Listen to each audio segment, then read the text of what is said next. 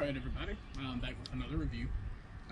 This time it's my 22 long rifle. This one is a Marlin Model 99. It is not the Model 60 that everybody loves. This one is the Model 99. This particular one was made in February of 1968. It has no serial numbers. Serial numbers weren't required until October of 1968 with the passage of the Firearms Protection Act. I actually like this little rifle. It still has the full length 2 magazine, holds 17 rounds. It does not have a bolt hold open. There is no way to lock the bolt back at all in any position. It just doesn't lock back. The sights on it are very rudimentary. The front sight is actually very nice. The rear sight is a very, very shallow notch. It makes it a little bit harder to get, but when you do get used to it, it is actually a very, very accurate rifle. When I bought this, I picked this up not too very long ago, maybe a month ago or so. I've already put a couple hundred rounds through it. I had to take it apart and clean it. It was actually quite dirty. Bought it from the shop. I think I paid 150 bucks for the whole setup, and it came with, and I got giant bees flying around me, so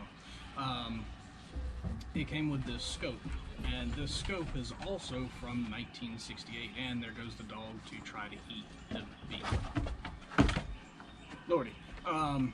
The scope is also from the 60s. I believe this particular model, this is the Weaver C4 4-power scope, made for 22s. It is on the Weaver tip-off 22 mount.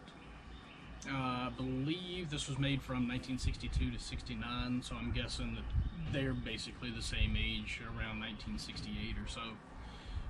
It still works fine. Nice clear picture on it. You can see here you can flip these. They just rotate out of the way so you can adjust for windage and elevation. This one's a little bit tight, but it does rotate. Like I said, it actually works very, very well. The eye relief on it isn't so great because it is a much older scope, so quality isn't quite as good as what we have today. I do leave the scope off of it because I like to take people shooting. The last couple people I've taken, well, the last person I've taken the last few times, she has just gotten her concealed carry permit. I'm teaching her how to shoot. Her daughters also come with her, and they enjoy shooting my 22 revolver. It's a little Heritage Arms 22, and I'll do a review of that soon. They like shooting that, and they enjoy shooting this one as well. This one is, of course, semi-automatic, so they don't have to pull the hammer back and all that. But they do enjoy shooting the 22s, and I think they're 11 and 14 or 15. They don't like the bigger ones. They don't like all the noise of the larger firearms that I have. But they do enjoy this, and it's harder for them because they are still quite little people.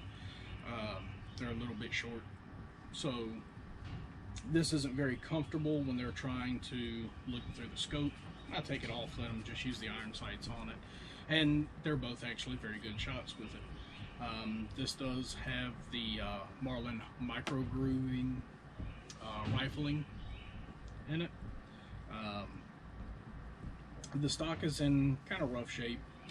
I'd kind of like to refinish it, but the 99s are kind of hard to find parts for, although a lot of parts are interchangeable with the Model 60.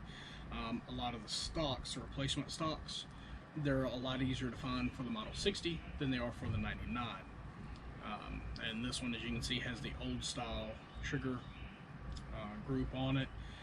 This one actually has 4 screws that hold everything together, 2 of them for the trigger assembly, and you have 2 back here to separate the stock from the receiver and barrel. I have had it completely apart, had it cleaned out, everything on the inside. For it to be as old as it is, it was dirty, but it's in very great condition. I'm pretty sure this thing has been dry fired, and generally that's a no-no for most rim fires. This one has absolutely no damage or wear to the chamber or the firing pin.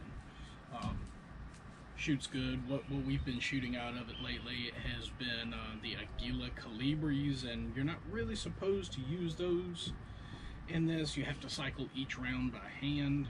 They are shorter, and they're also very underpowered, but if you operate this like a bolt action, they run fine, and I haven't had any squib loads with it. That's what I started them off on, and then just been running basic arms core 22 long rifle, standard velocity stuff, and it operates great on that. Haven't had any issues with it, no fail to fire.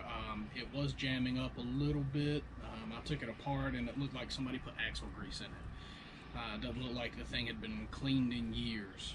And 22 is inherently a dirty firing cartridge. It gums up everything, so it has been cleaned after it was cleaned. Absolutely no issues with it. Love it. Nice little squirrel gun, plinking, target shooting, whatever. But yeah, have any questions about it, let me know in the comments, and I'll see you next time.